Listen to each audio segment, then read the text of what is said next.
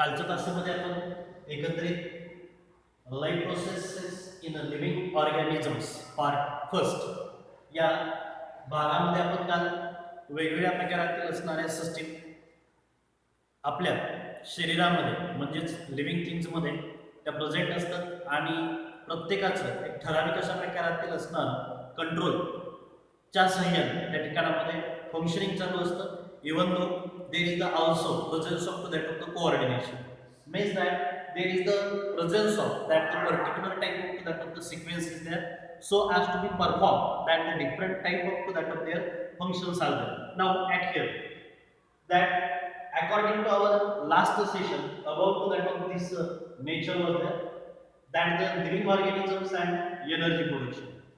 आपण एका प्रकारातील असणाऱ्या भागावरती त्या ठिकाणामध्ये बोलत होतो आणि यापैकी एक प्रकारातील असणारा भाग होता तो म्हणजे लिव्हिंग ऑर्गॅनिझम्स आणि त्यांच्यामध्ये निर्माण होत असणारी जी काही एनर्जी जी आहे, तर या एनर्जीच्या बाबतीमध्ये आपण energy production is carried out by that of respiration type of the process is there.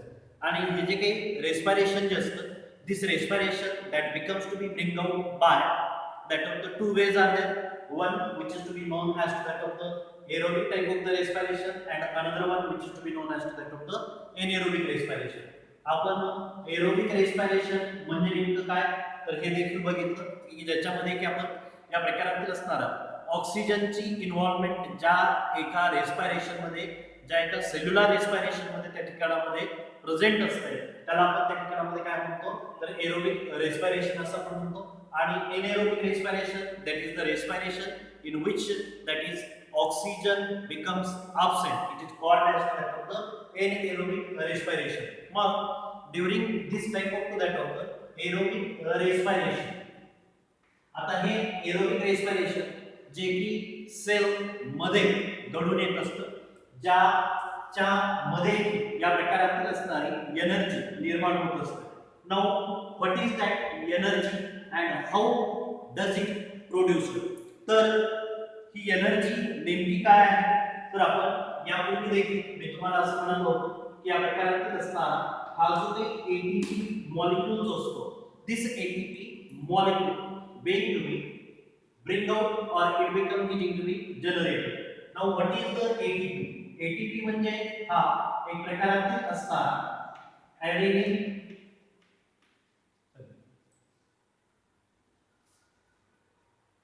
it is called as adenosine triphosphate.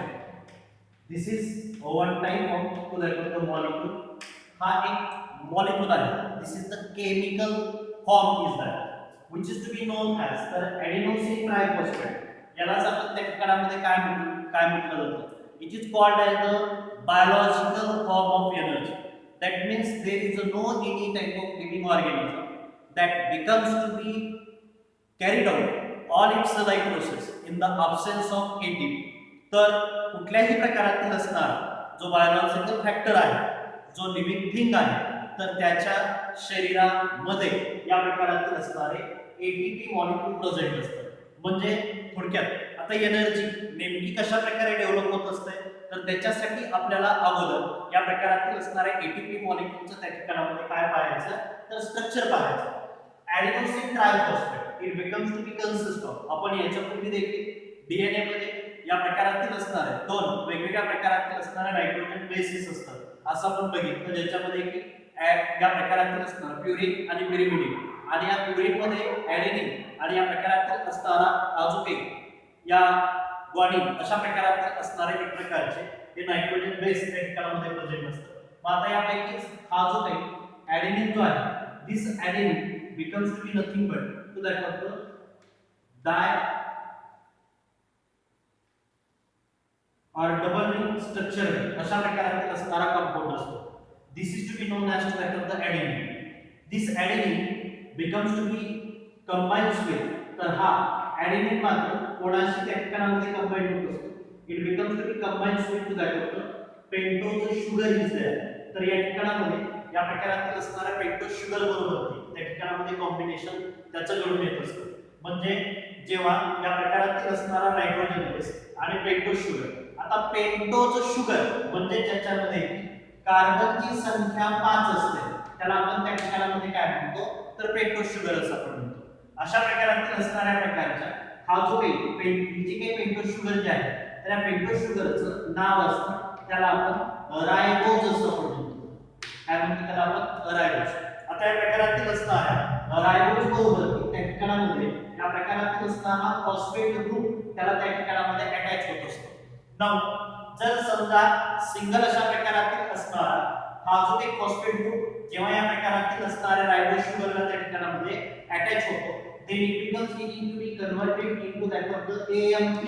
याला काय म्हटलं जातं AMP असं म्हटलं जातं. This is the adenosine monophosphate is there.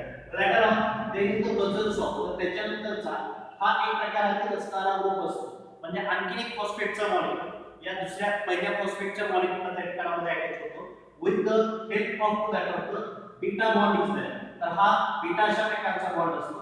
तर पहिला जो बॉन्ड असतो it is called as the alpha bond आणि त्याच्यानंतरचा आणखी एक प्रकारातील असणारा हा जो काही फॉस्फेटचा ग्रुप त्या ठिकाणामध्ये त्याला अटॅच होतो. This is called as the gamma bond. मग एनर्जी म्हणजे नेमकं काय तर ॲडिनोसिन ट्रायफॉस्फेट. मी तुमच्या समोर आता या प्रकारातील असणारं हे ॲडिनोसिन ट्रायफॉस्फेटचं एक प्रकारचं स्ट्रक्चर मी या ठिकाणामध्ये सांगितलेलं किंवा लिहिलेलं आहे ज्याच्यामध्ये या ठिकाणामध्ये सिंगल जर फॉस्फेटचा जर मॉलिक्यूल त्या ठिकाणामध्ये जर या प्रकारातील असणाऱ्या शुगर मॉलिक्यूलला जर अटॅच झाला तर त्याला म्हणायचं AMP. जर दोन मॉलिक्यूल जर अटॅच झाले तर it is called as that of the ADP adenosine diphosphate is that. आणि जेव्हा या प्रकारातील असणारा तिसरा मॉलिक्यूल याला अटॅच होतो देन वी आर जस्ट असे दॅट ATP. म्हणजे आता आपल्याला एक गोष्ट लक्षात आली की ATP molecule becomes to be consist of to that of the one nitrogen base is there. एक काय आहे तर नायट्रोजन बेस आहे. त्याच्यानंतरचा दुसरा आहे ती म्हणजे पेंटोस शुगर. पेंटोस शुगर या ठिकाणामध्ये पर्टिक्युलर आहे it is called as the ribose type of the sugar is there. आणि त्याच्यानंतरचा तिसरा आहे तो म्हणजे फॉस्फेट अशा प्रकारचा group. Okay now this is the energy rich molecule. Why it is called as the energy rich molecule कारण जेव्हा फॉस्फेट आणि फॉस्फेट म्हणजे जो बीटा बॉन्ड पहिल्या या फॉस्फेट ग्रुपला तो अटॅच झालेला असतो त्यावेळेला त्या ठिकाणामध्ये जे प्रकारातील असणारा बीटा बॉन्ड आहे आणि त्याच्यानंतरचा तिसरा जो फॉस्फेट ग्रुप त्या ठिकाणामध्ये या दुसऱ्या फॉस्फेट ग्रुप बरोबर ते अटॅच झालेला असतो. जर समजा याच्यामध्ये काही प्रकारातील असणाऱ्या कोएन्झाइमचं ऍडिशन झालं और somewhat that is the water becomes to be added at that time this gamma bond becomes to be breaks down. तर या प्रकारातील असणारा हा गॅमा बॉन्ड त्या ठिकाणामध्ये काय होत असतो तर ब्रेक होतो आणि हा जेव्हा गॅमा बॉन्ड त्या ठिकाणामध्ये ब्रेक होतो त्यावेळेस त्याच्यापासून त्या ठिकाणामध्ये हीट निर्माण होत असते. then we are just to say that is the energy coming to be split out. त्यावेळेस त्याच्यातून त्या ठिकाणामध्ये आपण काय म्हणतो तर एनर्जी बाहेर पडते आहे. मग अशा प्रकारातील असणारे हे ATP molecules during to that of the cellular respiration तर सेल्युलर रेस्पिरेशन मधून त्या ठिकाणामध्ये डेव्हलप होत असतात by the utilization of that of the oxygen that the single glucose molecule नीट आहे. तर एक ग्लुकोजचा मॉलिक्यूल त्या ठिकाणामध्ये जेव्हा त्याचं कंप्लीट ऑक्सिडेशन होत असतं at that time at least about that of the 38 ATP molecules are generated. नीट आहे का मी काय म्हणतो when the complete oxidation of the single glucose molecule produces to that of the how many ATP molecules are there that is the 38 ATP molecules are generated. Now such type of that of the 38 ATP molecules being to be generated but how this aerobic respiration becomes to be bring out this aerobic respiration becomes to be bring out into that of the one type of the cellular cell type of the organelle is there.